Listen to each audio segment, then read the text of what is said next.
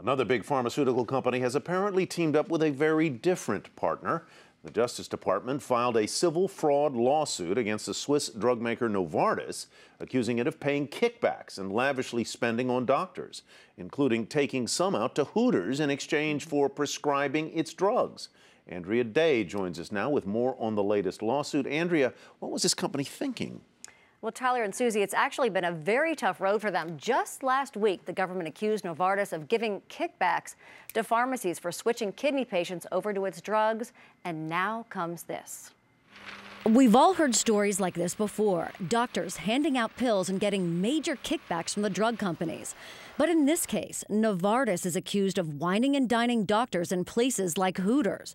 It is legit for companies to pay doctors to do educational speeches. But the Justice Department is accusing Novartis of hosting doctors in settings like fishing trips off the coast of Florida and fancy dinners at the sushi hotspot Nobu. According to a lawsuit filed by the U.S. Attorney's Office, it was all to increase sales of the company's drugs. This is the second wave of charges against Novartis in just 1 week.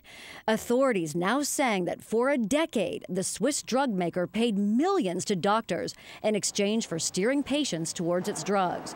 According to prosecutors, not much education was going on. Here's what the U.S. Attorney has to say about the whole thing. Novartis corrupted the prescription drug dispensing process with multi-million-dollar incentive programs that targeted doctors who, in exchange for illegal kickbacks, steered patients towards its drugs. Novartis, in its statement, disagrees with the way the government has characterized their conduct in both cases and stands behind their compliance programs. All right, we should note that discounts and rebates by pharmaceutical companies are customary.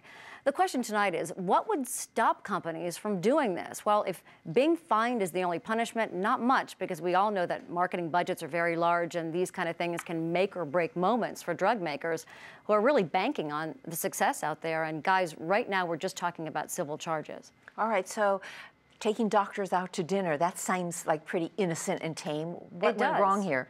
Well, you know, it's perfectly fine to take doctors out to dinner.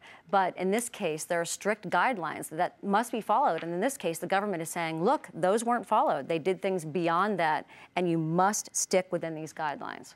All right, Andrea Day, thank you very much. Sure, thank you.